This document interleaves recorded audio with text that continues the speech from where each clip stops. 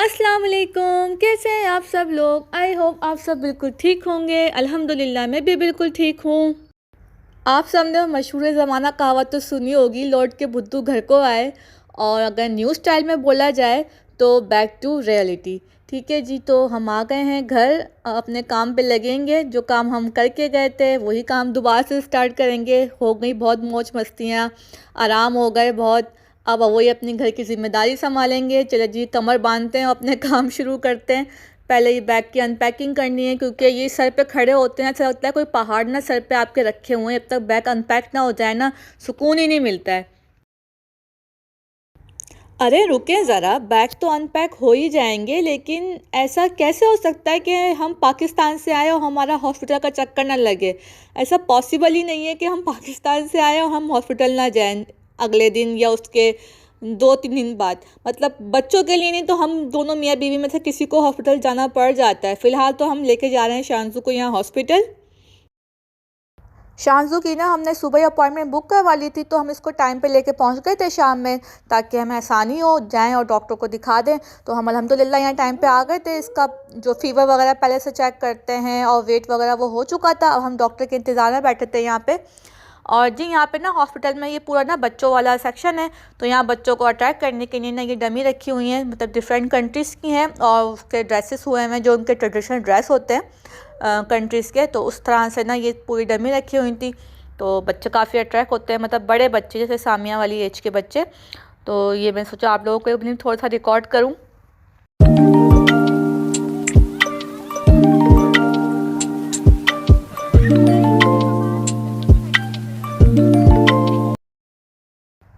यहाँ पे ना एक 3-4 साल की बच्ची थी फिलिपिनो की, जो बहुत ज़्यादा रो रही थी। पता नहीं क्या तकलीफ़ थी उस बच्ची को, तो वो बहुत रो रही थी। और यहाँ पे हमारे शानज़ मैडम ने उसकी कॉपी करना स्टार्ट हो गई।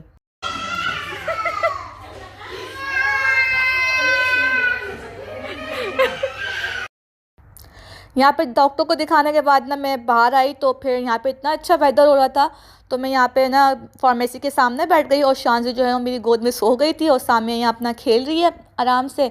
असद ना वहाँ चले गए थे फार्मेसी। सामने ना 2-3 फार्मेसी हैं, तो एक दवाई शांजू की ना मिल नहीं रही थी, तो उन्होंने 2-3 फार्मेसी पे चेक की, तो अल्हम्दुलिल्लाह फिर मिल गई थी।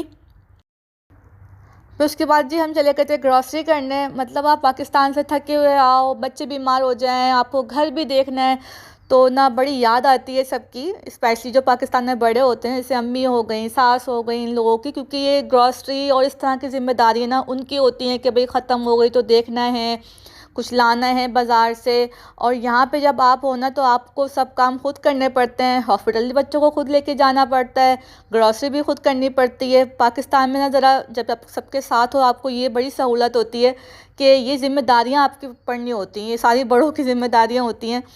कुछ नहीं तो चलो बच्चे को ही देख लेते हैं। और हमारे यहाँ तो माशाल्लाह मेरी मम्मा भी और मेरी सास भी माशाल्लाह बहुत करती हैं, घर के काम भी और मतलब ज़िम्मेदारी भी। तो इसलिए ना बड़ी याद आती है सबकी जब आप इस तरह से अकेले फ़ील करें ना, तो वापसी थके आ रहे आओ, सब काम करना पड़े, तो बहुत याद आती है सबकी। तो जी यहाँ पे मैं अपनी ग्रॉसरी करके आई थी। कुछ मैंने ऑनलाइन मंगा ली थी, और कुछ जो चीज़ें थी ना जो मुझे खुद जाके लेनी थी, तो वो मैं सब लेकर आई थी। जो ज़रूरत की चीज़ें होती हैं सब वही हैं। ऑयल वगैरह ख़त्म हो गया था, क्योंकि पाकिस्तान जब मैं गई थी ना, तो मैं लेके नहीं गई थी, मतलब रख के नहीं गई थी। आके हमने फिर आटा और ऑयल, दालें वगैरह जो थी, चिकन लाई थी। चिकन जो है ना मैं लूलू से लेकर आती हूँ, यहाँ हमारे करीब ना मिलती नहीं है चिकन। बीफ और मटन ये सब आराम से मिल जाता है, बस चिकन नहीं मिलती। तो मैं फिर ना वहाँ से ले आती हूँ लूलू से। और ये स्ट्रॉबेरी वगैरह आजकल बड़ी ऑफ़र में ना अच्छे प्राइस में मिल रही हैं, वरना इतनी महंगी होती हैं। आजकल तो बड़ा सस्ता चल रहा है। खैर ये सब चीज़ें थी, बच्चों के नगेट्स, साबुन वगैरह जो होती है नॉर्मल चीज़ें। नगेट्स भी ख़त्म हो गए थे, तो फिर मैं वो भी लेके आई। सामिया भी खाती है और शांजू भी माशाल्लाह खाती है, तो इसलिए चाय के साथ बिस्किट, दूध, और जी छोटी बोतल लेकर आई थी, क्योंकि फिर बाहर से दोबारा मंगवा लो ख़त्म हो जाए। तो जी आटा वगैरह, ये आटा मैंने ना अभी 2 टाइम से लेना शुरू किया है, तो अच्छा है, इतना कोई वो नहीं है, मतलब अच्छा आटा है। ये भी चक्की का है, जो हम लोग यूज़ करते हैं चक्की का आटा, तो उसी तरह से है, तो ये मुझे अच्छा लगा है। अभी मैं यही लेकर आ रही हूँ 3-4 दफ़ा से। और ये जो है चॉकलेट मिल्क, ये हमने ऑनलाइन ऑर्डर किए थे। तो जी सारी ग्रॉसरी है, अब इसको सेट करेंगे। फिर बाकी के जो दूसरे काम है वो करेंगे। चिकन लाओ तो चिकन धो के उसके पैकेट बना के भी रखने होते हैं, भाई बहुत काम होते हैं, तो दोबारा से काम पे लगते हैं। रात को ना कोई 2-3 बजे का टाइम होगा, शांशु जाग रही थी क्योंकि मेडिसिन ले रही है ना, तो उसकी टाइमिंग ऊपर नीचे हुई हुई थी।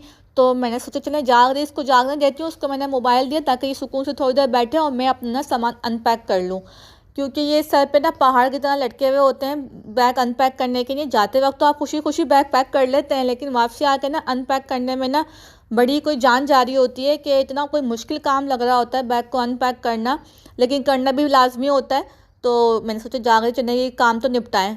सारे हैंगर वाले कपड़े ना मैंने हैंगर में कर दिए, जब भारी हो रहे हैं उठाए भी नहीं जा रहे। इसको मैं हैंग करती हूँ, जगह बनाऊँ पहले। जी इसको भी, ओए ओए मेरा हाथ टूटेगा। सर्दियों वाले हैं ना एक दो, इसका वेट है थोड़ा सा। सेट कर दूँ ताकि अलमारी तमीज़ नाल बंद हो जाए। शाबाश मेरे बच्चों, तमीज़ से आ जाओ।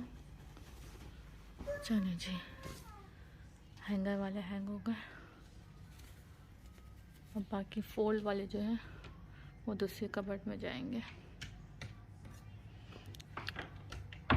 चलो बनो लो, शाबाश।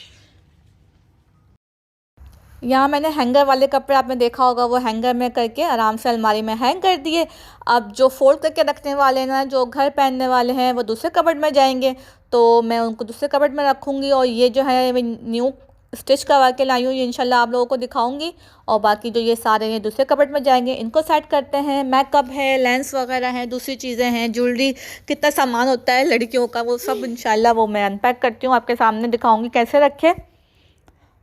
और जी ये सारे घर पहनने वाले का जो कपड़े होते हैं वो इस तरह से मैंने सेट करके रख दिए। जो न्यू लाई थी वो साइड में रख दिए। और ये जो है ना मेरे बैग आपको दिख रहे होंगे बड़े मैसी हुए हैं, ये सब मैंने ना ऐसे ही रख दिए।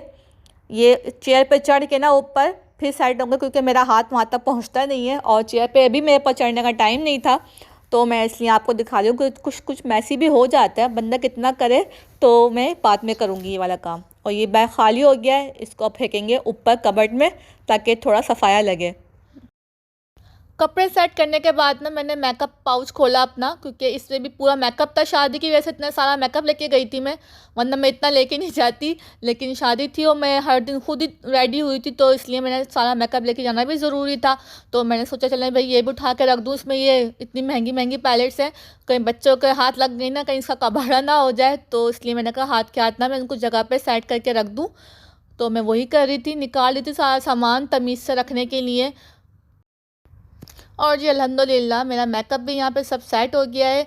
जो मतलब ज़रूरी चीज़ें होती हैं वो इस तरह से तमीज़ से मैंने यहाँ पे इस पर सेट कर दी थी। और बाकी दूसरी चीज़ें जो है ना वो मैंने ड्रॉर्स में रख दी थी, जो इतना यूज़ में नहीं आती वो मैंने ड्रॉर्स में रख दी थी, और जो यूज़ में आती हैं ज़्यादातर वो मैंने इसमें रख दी थी, तो ज़रा ईजी होता है यूज़ करने के लिए। फिर नेक्स्ट टाइम के लिए लेंस वगैरह भी मैंने निकाल के, इसका पानी भी मैंने चेंज कर दिया था ताकि साफ़ हो जाए, ख़राब ना हो। अभी मैंने एक तो अभी लिया था, एक मैंने कुछ दिन पहले लिए थे। और यहाँ जी हमारे साथ साथ बच्चों की भी मौजें ख़त्म, बैक टू स्कूल। यहाँ पे सामिया का मैं नाश्ता बना रही हूँ। सर्दी काफ़ी थी तो मैंने सोचा चले एग बॉईल करके देते हैं इसको भी और असद को भी, तो मैं दोनों के लिए एग बॉईल कर दी थी। और यहाँ सामिया का ना लंच पैक कर रही थी, तो उसके लिए मैंने कप केक वगैरह उसने कहा था मुझे लेके जाने, तो मैंने कप केक रखे और स्ट्रॉबेरी कट कर दी थी, ग्रेप्स कट कर दिए थे। मैं कट करके देती हूँ ताकि उसको खाने में ना आसानी हो, उसके हाथ वगैरह गंदे ना हो, तो ये इससे आराम से फिर ना खा लेती है। तो ये लंच का पैक हो गया है। चॉकलेट जूस और पानी भी रख दिया था मैंने इसके लंच बैग में। और मैंने एग्स को ना पील करके उस पर कट कर दिया था ताकि दोनों आराम से खा लें। और बाकी लंच वगैरह सब पैक हो गए थे, इतने सामने रेडी होने गई थी, मैंने नाश्ता वगैरह इसका रेडी कर दिया था। सामिया के स्कूल जाने के बाद जैसे शान से सोई ना, मैं फ़ौरन सामिया के रूम में आई। मैंने सामिया का बैग अनपैक करना था, मतलब वही रह गया था। शांसू का तो मैंने आते के साथ ही ना फ़ौरन कर दिया था, क्योंकि सर्दी ज़्यादा थी तो इसलिए उसका फ़ौरन किया, और अपना और सामिया का ना फिर नेक्स्ट डे किया। तो ये सारे कपड़े मैंने इसके सेट करके रख दिए। सामिया के जाने से पहले फिर सेट करो, आने के बाद फिर सेट करो, अभी वेदर चेंज होगा, गर्मी आएंगी तो फिर सेट करो।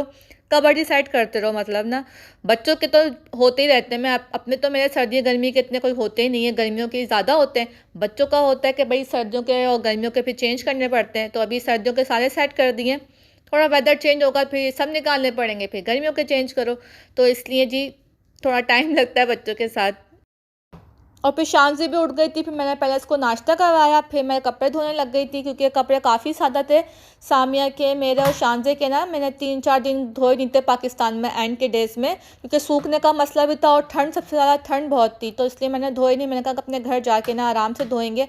और बेडशीट और टॉवल्स ये सब चेंज की थी आके, तो मतलब डबल कपड़े हो गए थे। तो फिर मैंने जल्दी जल्दी ना धोए, 2-3 दफ़ा के कपड़े, तो जितने स्टैंड पे आने होते हैं उतने ही धुलते हैं कपड़े। फिर बाकी फिर मैंने कहा चलो बाद में धोऊंगी, जितने भी धुल रहे हैं स्टैंड पे आएंगे। और ये लड़की ना मुझे यहाँ पे मशीन बंद करने नहीं दे रही थी, ये सारी चीज़ें घर की निकाल के मशीन में डाल देती है।